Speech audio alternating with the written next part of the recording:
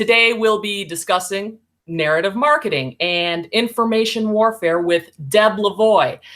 Deb is CEO of Narrative Builders and a narrative marketing and digital strategist from the Washington, D.C. area. She has led product and marketing strategy for startups as well as AOL, Adobe, OpenText, Jostle. She ensures that their digital subscription, content, and community are far-reaching and engaging. And in January, Deb was part of a panel titled Understanding Narratives for National Security Purposes at the National Academies of Science, Engineering, and Medicine.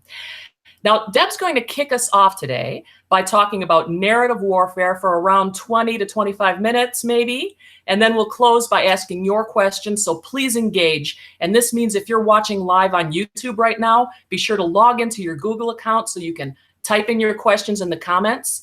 Scott and I will be monitoring your questions and comments off camera while Deb presents.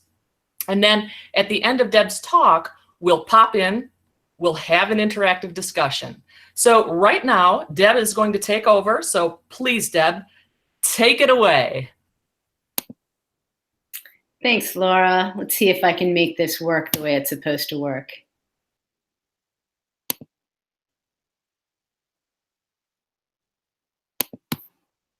All right. So first of all, I would like to thank you guys for inviting me to join you in this conversation. And for anyone who's actually tuning in, thank you for joining in. This is sort of a casual lunch and learn kind of talk. I'm talking about something that is of a great deal of interest to me and hopefully to you. I've been studying narratives and how marketing departments use and engage with narratives for a long time. And a couple of years ago, I started to notice, as probably some of you did, that not all people who were building and deploying narratives were doing it with the same kind of good intentions that I was trying to work toward. I started thinking a lot about these things, and I wanted to sort of share what I've been learning, what I've been thinking about, what I think the role of us as marketing people and as content developers is. There will probably be a wide variety of interests and levels of expertise in this audience. I'm interested in hearing from all of you and all of this. But in the meantime, I kind of want to share my thoughts about narratives, narrative warfare, marketing, and some of the big questions we need to be discussing. So I'd like to start off with this image. It's lunchtime, so maybe you're hungry. But whatever you're doing and wherever you are and whatever time it is, this image probably means something to you. To my husband, this image looks like a perfect Friday evening. To my 18-year-old son, who's a freshman in college, he's looking at that beer, wondering when he'll ever get to order one at dinner. If you're a vegetarian, this probably means something a little bit different to you. If you're a nutritionist, it might mean something else again. The point is, the narratives that are running around in your head influence the way you interpret the meaning of this image. This image means something to you based on the ideas and the narratives already running around in your head.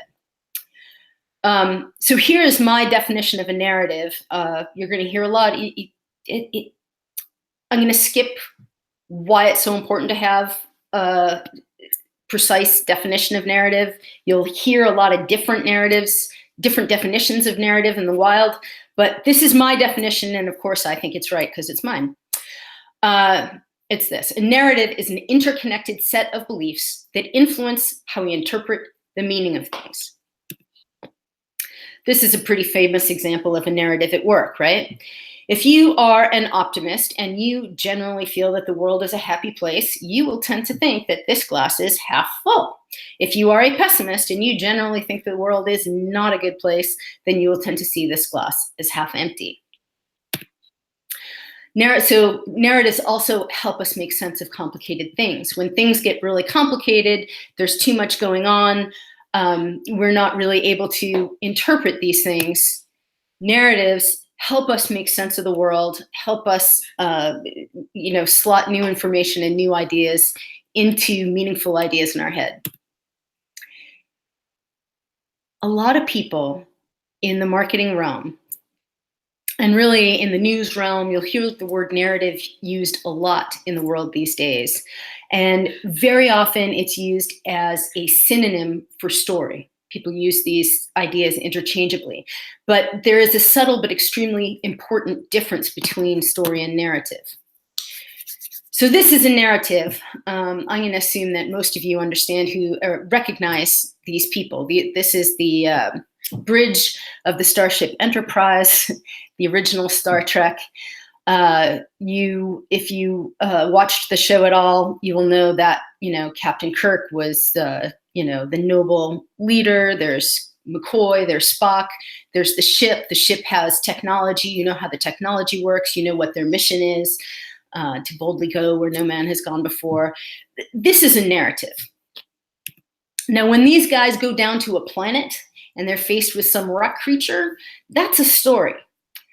The power of the relationship between narrative and story is this. If you know this narrative of the original Star Trek, and I say, okay, quick, Kirk, Spock, and McCoy are trapped in 18th century Texas on the hunt for dilithium crystals.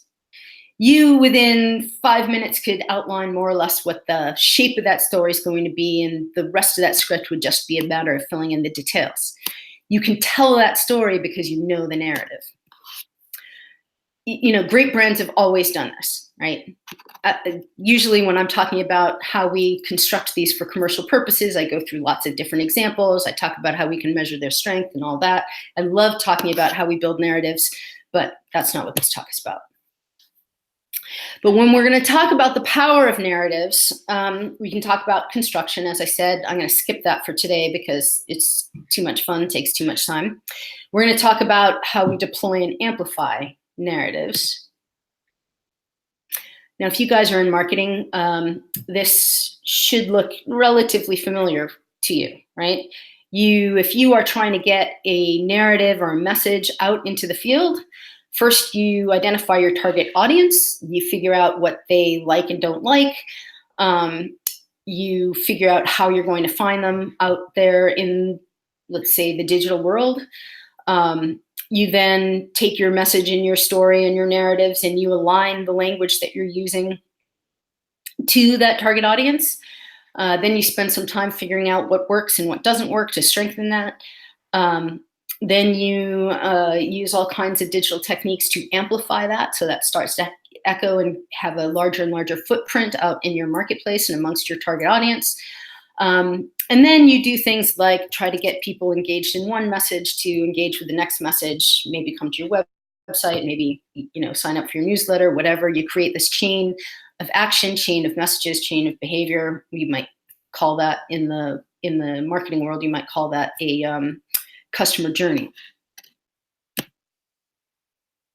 What's interesting is this is, why would you actually know what this is? This is actually a little screenshot of the top of the indictment of the internet, the Russian Internet Research Agency, and the 13 people also specifically named in it. And they were describing the Russian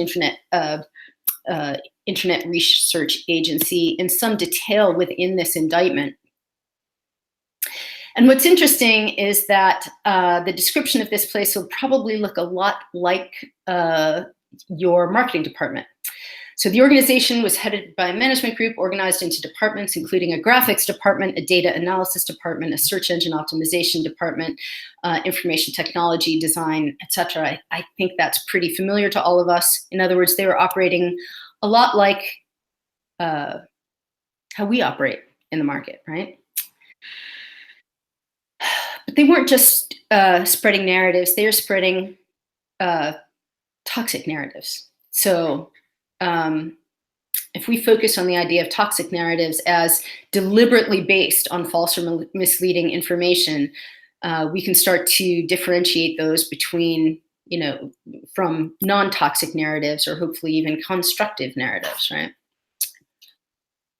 So, what's the difference between narrative marketing, narrative warfare, and narrative marketing?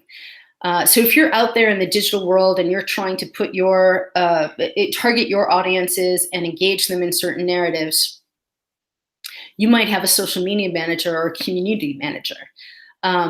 The IRA there was sending out trolls to engage with people under false pretenses. You probably use bots if you are scheduling posts or you are automatically identifying keywords or followers in any kind of algorithm. You're using bots. They did too. They're looking for vulnerable people out there, and they're using all kinds of different ways of targeting and personal information to identify those. You're looking for likely buyers. They are looking for fault lines, places where they can create discord and sow incendiary ideas, make people passionately upset. Marketing people are looking for affinities, what's going to make people feel closer and more aligned with what you're saying.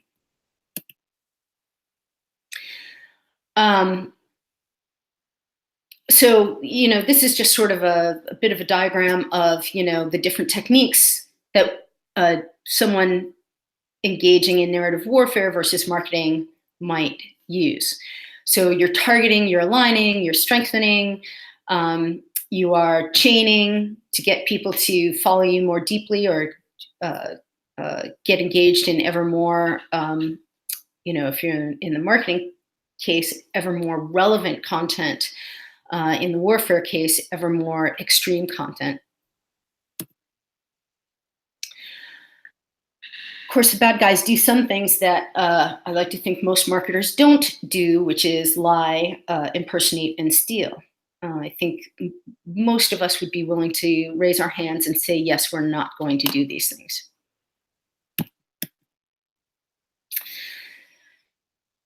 But there are some things that we probably are uncomfortably close to in terms of the difference between marketing and warfare. One is how much data we collect and how we use that to target people, how we use that to, how the platforms are using that to recommend information to people, and how both the platforms and really us are rewarding clicks. In the case of narrative warfare, that's about rewarding incendiary content. And Facebook even admits the fact that their algorithms are highly optimized to not only show incendiary content, but actually give preferential pricing to content and ads that they think will be clicked on more. Each of the different platforms have different elements about them that clever people can use to get a greater level of engagement, whether that's for good or not so good reasons.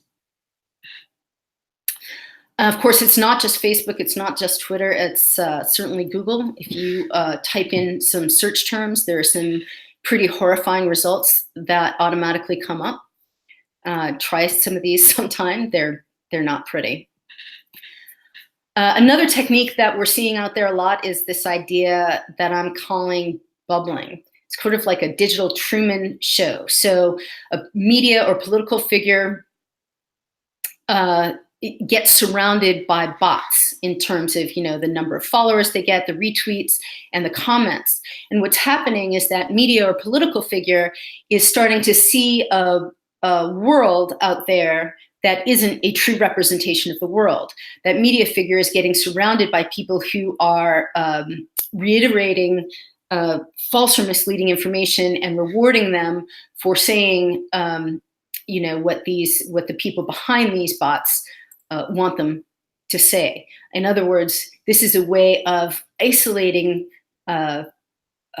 influential figures from reality and distorting their perception of reality.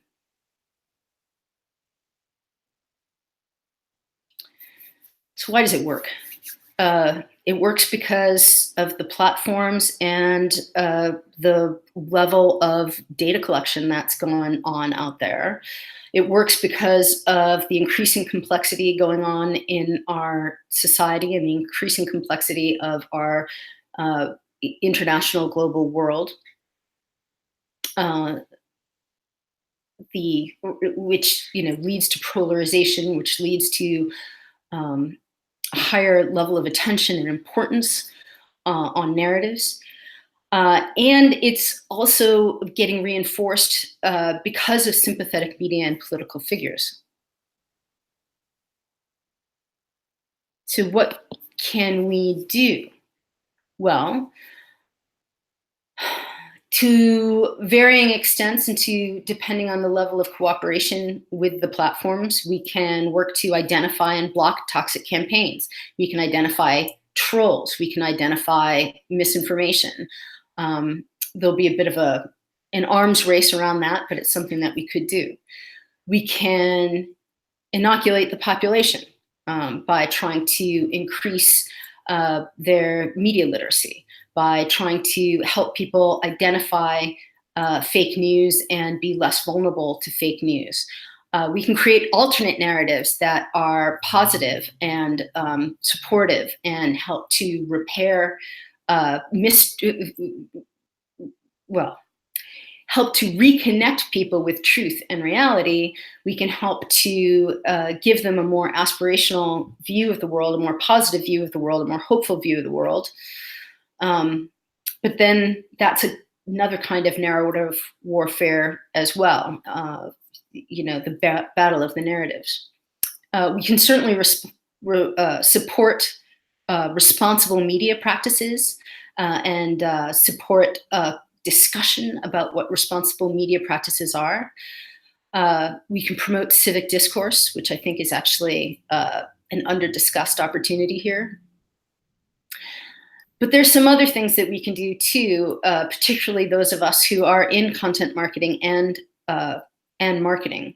One is that content marketing, the nice thing about content marketing is that it is a pull model rather than a push model. So rather than being dependent on a very fine level of targeting and an aggressive level of promotion and targeting, we can try to make ourselves as relevant and meaningful and valuable as possible to people. That's sort of the idea behind content marketing in the first place. The other thing we can do is think about these targeting models and think about those of us who are really dependent on these targeting models, whether because we work for the platforms or we work for the companies who leverage those platforms, and think about alternate models that we might have.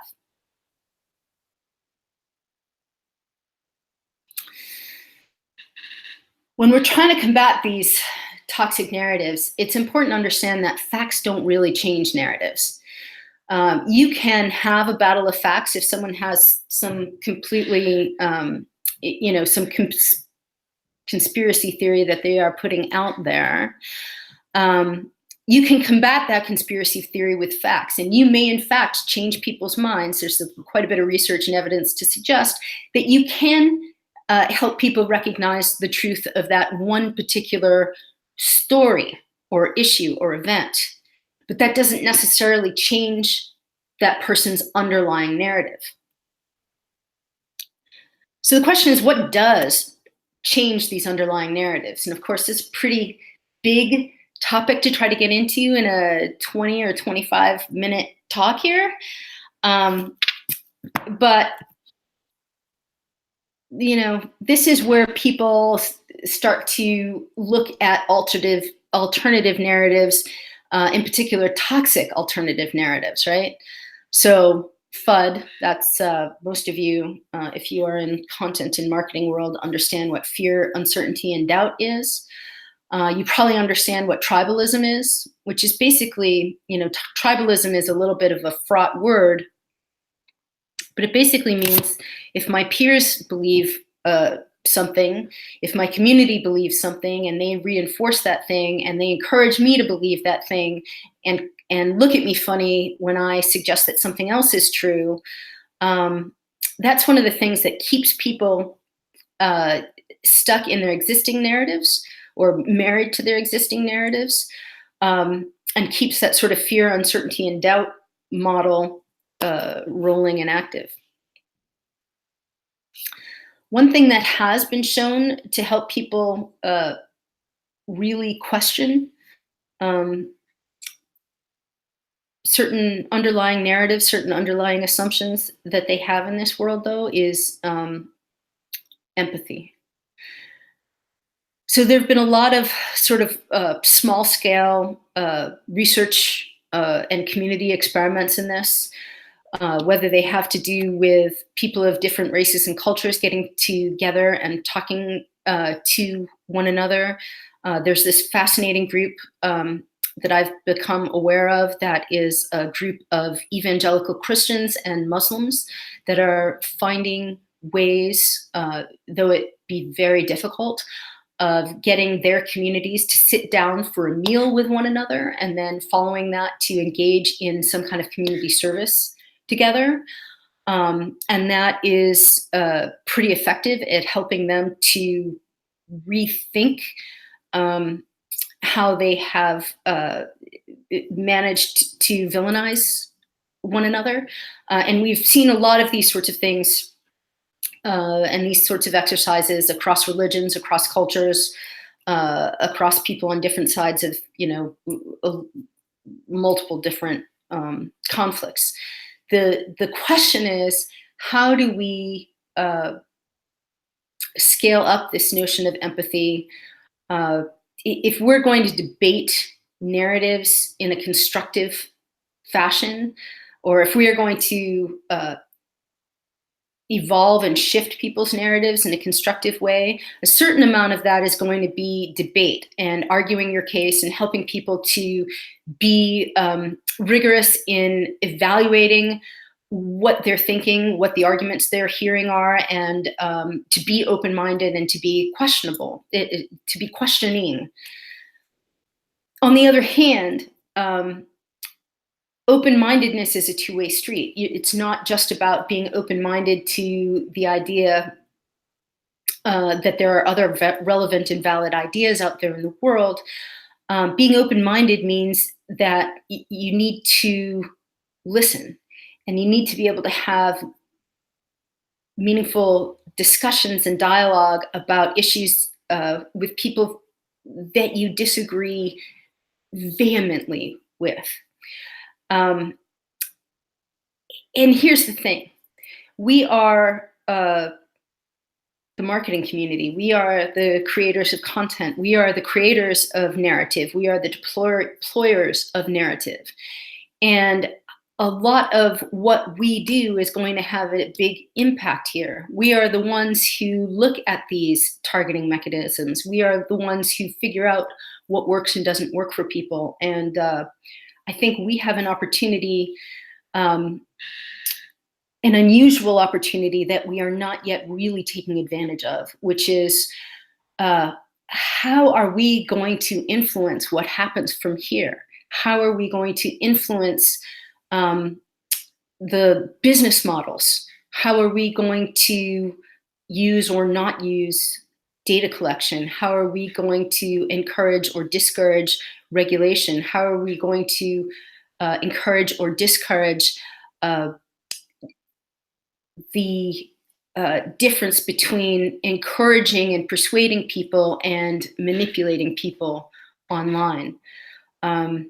I guess my question to all of you is, given what's going on, giving the effect not just on American society, but on global society of narrative warfare, what are you willing to do? What do you want to do on the data side, on the content side, on the spectrum of persuasion to manipulation? Where will you fall? Where do you think you can have impact? And what are the right ideas for us to start working on here?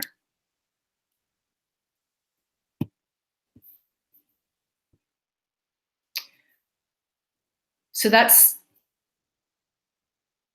my informal presentation and introduction to these ideas that I've been working on for a while. And Laura, do you want to come back in here?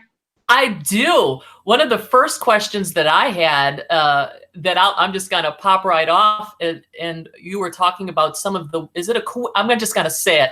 Is it a coincidence that so many of the words that we use in marketing, like targeting and campaign, have their roots in violence and warfare? Marketing is about persuading people. Yeah. And as I started to talk about, and this is an idea that I should develop more fully, there is a spectrum of persuasion, right? From us having a discussion through me trying to manipulate you in ever more sophisticated ways, all the way through perhaps coercion, right? So every human interaction has some level of persuasion, some attempt to align thinking together. Where do we think marketing belongs, right? Is it at the I'm just simply letting you know what I think, to persuading you, to manipulating you, and certainly there's a lot of manipulative marketing out there at this point, to some level of, what's happening on the warfare side, which is somewhere between manipulation and coercion.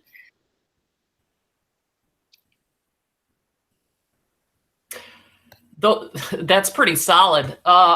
I'm looking at some of the other comments that you made regarding bots. You say that people are talking to bots and they don't know in many cases that they're talking about bots. Is there any kind of ethical guidelines in place, or need there be, about if you're interacting with a bot? And sometimes when I'm interacting with a bot, it's really helpful. A customer service bot that's walking me through steps, and I find that really, useful, efficient, helpful. But sometimes you might be talking to a bot and you don't know that you're talking to a bot that's been created for a specific purpose of creating havoc or some other purpose. There are tons of really useful bots in the world. Some of them are purely entertaining. They come up and they tell you hilarious things, or they make fun of celebrities, or help you in customer service. Those are all very legitimate bots. Most marketing organizations, at the very least, automate when and where and how their messages go out into the social media world. For the most part, that's entirely harmless. I do think that it should be very clear. You should have to identify yourself as a bot if you are a bot. And the platforms could certainly, do more to enforce that. There's some interesting bot detection software out there. Although I looked at a couple of the most popular bot detection software, off-the-shelf software out there, and 2 out of 3 of them thought I was a bot, which really hurt my feelings. I know whereof you speak. I used one of those bots to determine how many of my Twitter followers were bots. I only had one bot, and it was my actual cousin. Yeah. So bot detection is not an exact science by any means. You should have to declare that you are a bot if you are a bot. Yeah. And we can get better at identifying bots. The problem is, of course, as we get better at identifying bots, bots will get better at being undetected. Is there an issue with having these kind of standards and guidelines in the marketing community, or even beyond the marketing community, for saying, yeah, you have to disclose, you have to be authentic about that, and other areas? For example, I heard a PR professor lamenting of the decline in PR and how ethics is a huge part of PR. And I said, what part of getting a PR degree today involves classes in ethics? And you can actually get a degree in marketing or in PR today without taking any kind of ethics class or have a background in ethics whatsoever. Is that a problem? So this is kind of the conversation I'm trying to start. A month ago or so, I published an article in CMS Wire about the idea that marketing ethics needs to be a thing. Mm-hmm. And you don't hear a lot about ethics in marketing. I think very few ethical marketers would have any problem saying, identifying their bots as bots. Of course. If those bots are, listen, if you would be ashamed of letting people know that something is a bot, maybe you should rethink whether or not that's a bot. And I do think that it's time to start identifying a set of professional ethical standards. And that's kind of conversation I'm trying to start here. For anyone who's listening to this, how would you contribute to this list of ethical standards? Certainly how you use bots, how you use targeting, what information you collect, what you do with that information you collect. That's a whole discussion in and of itself. Then there's the role of the platforms, right? Mm-hmm. Should Twitter require that you identify yourself as a bot if you are a bot? And does it have the right to terminate you if it identifies you as a bot and you're not a bot? But also, by the way, let me back in because I really am not a bot, and so there's some issues there. There should be meaningful ethical standards around. Well, there are a lot of hard ethical questions here. Let's say, for example, that you could identify people who were vulnerable to misinformation. And there are some people who think that you can. In fact, there are a lot of people who think that you can.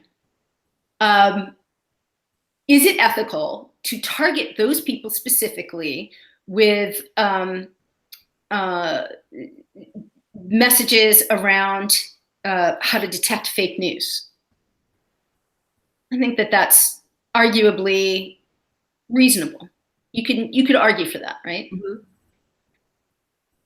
Let's say you could identify mental health issues in a similar way based on your Facebook likes and your Twitter, whatever. And,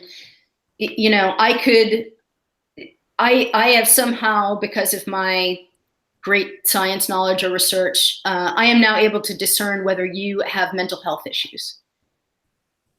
Is that any of my business? Is it okay that I know that, right? What should I do with that information? Let's say I am an automatic vacuuming robot. I can map your house. The Roomba. I can map your house. Not only can I map your house, I can now sell that map of your house. This is actually happening. This is a real thing. Roomba is, the last thing I saw is that they had plans to sell maps of your house. Well, I don't think I want them to sell a map of my house, right? And if they did sell a map of my house, who are they selling that to and for what purposes? Currently, there is no kind of legislation, there's no law, there's no ethical standards, there's nothing in the world that says that these people should not do that. Right. So having this discussion is valuable. And a lot of times we're talking about, okay, let's contribute to an ethical standard. And I do believe in the great small events that we can do, like having some of these kind of discussions and bringing awareness to it. What are some of the next steps? Because the example that you used that I absolutely loved was getting an evangelical Christian community to have lunch and have a Muslim group have lunch together and work on community service together. That's a terrific micro example. How do we take our micro level examples of, yep, we've developed ethical standards, we've developed a framework. How do we take that to the next level? That's a really good question. And I wish I had an off the top of my head answer to that. There are a lot of programs out there right now that are doing some really interesting things about media literacy. Yeah. Pointer, the Columbia Review of Journalism. These guys are all doing some really interesting things out there that are being very effective in the schools and outside the schools in terms of helping youngsters to develop a sense of media literacy. And I think that those are important and are valid things. But this other notion of how do we not just be more savvy about our media consumption, but how do we fundamentally have a better conversation in the society, no matter which side of the political debate in this country you're on. There are a lot of people who agree with you and a lot of people who disagree with you. And for the most part, the people on side A are incredulous that the people on side B could feel the way they do. Mm-hmm. I don't think media literacy is going to solve that problem. The problem, the way to solve that problem is to, at minimum, help these two massive societies recognize one another and at least be able to have civil discussions. One of the biggest problems with information warfare is not that people may be vulnerable to certain kinds of conspiracy theories. It's not that certain kinds of truths are being manipulated or that certain things are being hidden. It's that the whole notion of a shared truth and a shared reality is under threat.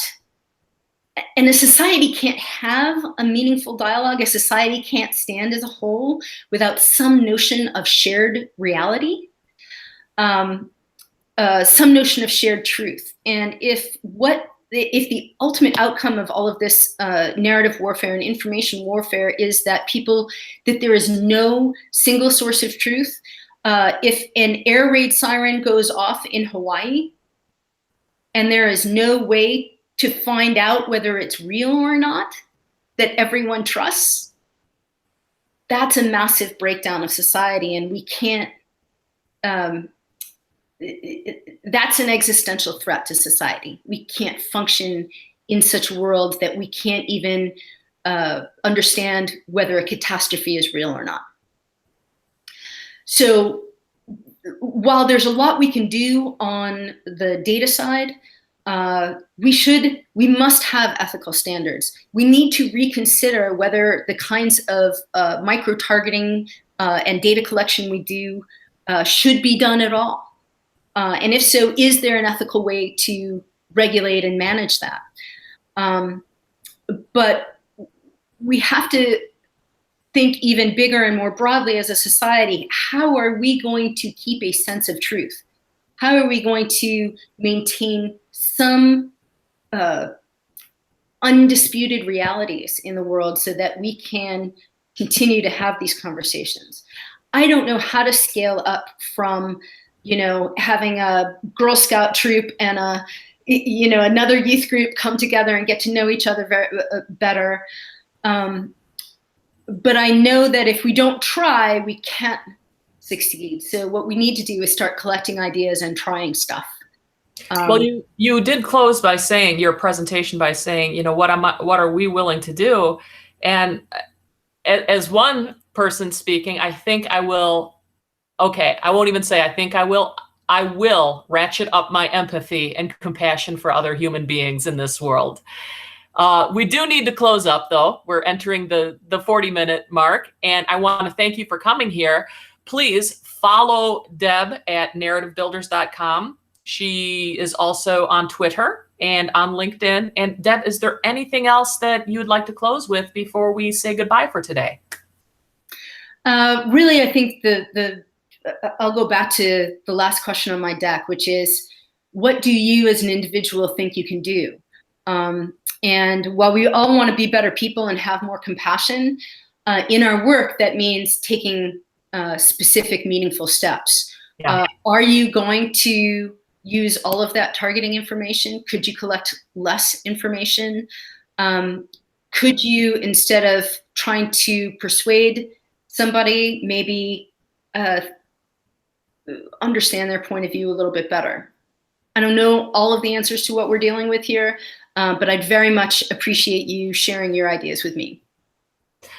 Well, thank you very much, Deb. I appreciate you doing this, and let's continue this conversation because it is an important one. Ethics are important, and some of the first steps are awareness and coming up with suggestions and figuring out how we're going to navigate our way through some of these rather sticky issues. So once again, thank you. Thank you for joining us here, and enjoy the rest of your day. Bye-bye now.